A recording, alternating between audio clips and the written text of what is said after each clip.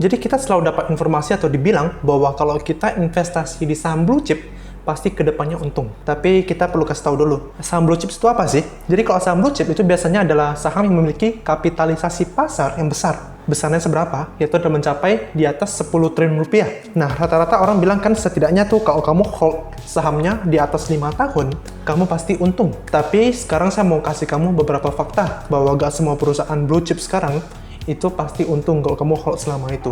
Ini saya kasih contoh beberapa emiten dulu yang saya kasih lihat. Kalian bisa lihat bahwa dalam waktu 5 tahun, beberapa dari perusahaan yang dikatakan blue chips ini mengalami kerugian. Ini dikarenakan utamanya adalah pas ada pandemi juga.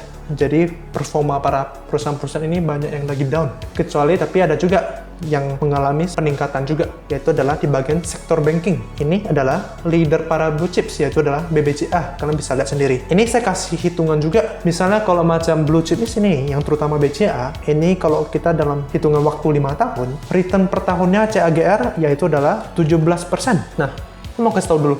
Ini utama ruginya perusahaan-perusahaan yang blue chips ini dikarenakan pas ada pandemik, terutama pas di tahun 2021. Jadi yang di pas awal ini adalah dua emiten, yaitu adalah PT Wijaya Karya Tbk yang kode sahamnya WIKA dan juga PT PP. Pas 2021 mereka mengalami ambruk harga saham mereka sebanyak 46% dan juga 45% sejak awal tahun. Ini ambruknya saham-saham perusahaan konstruksi setelah budget untuk infrastruktur dialihkan demi menanggulangi virus corona ini. Sehingga perusahaan konstruksi labanya anjlok parah karena cost of fund yang tinggi di industri konstruksi yang padat modal. Dan proyek-proyek yang konstruksi ini di tahun lalu juga sempat macet akibat pemberlakuan lockdown yang menyebabkan emiten konstruksi mencatatkan laporan keuangan tahunan yang kurang memadai ataupun kurang diminati investor karena mengalami kerugian, performanya down.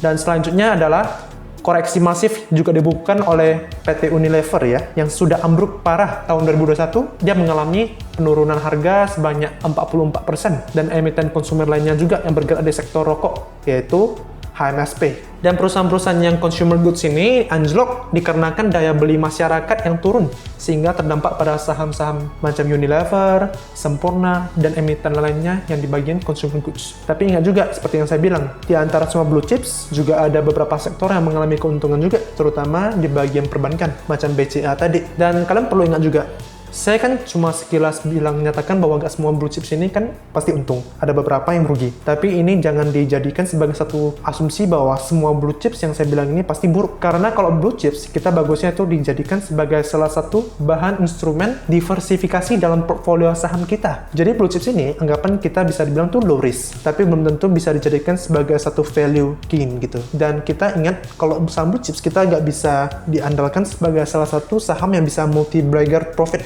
Dan kalau kalian perlu tahu juga, kalau blue chips ini ada beberapa keuntungan, yaitu adalah low risk. Jadi saat mungkin lagi ada pandemi ataupun lagi masa-masa yang sulit, resesi gitu, jadi saham-saham emiten ini mungkin ada mengalami penurunan, tapi nggak separah dibanding perusahaan-perusahaan lainnya yang bukan blue chips. Dan juga blue chips ini juga susah digoreng karena kapitalisasinya besar, sehingga rata-rata nggak bisa bandar-bandar yang luar, tidak bisa begitu mengontrol ya. Dan juga lebih liquid kalau saham blue chips ini, jadi lebih mudah untuk diperjualbelikan. Itu adalah keuntungan dari saham-saham blue chips ini. Jadi saya sekilas sharing-sharing tentang apa yang perlu kamu ketahui tentang saham blue chips ini ya. Dan ingat, untuk selalu melakukan dollar cost averaging uang kamu kepada instrumen keuangan saham. Bila kamu merasa video ini bermanfaat, saya mau minta bantu kamu untuk like video ini dan subscribe ke channel saya. Terima kasih.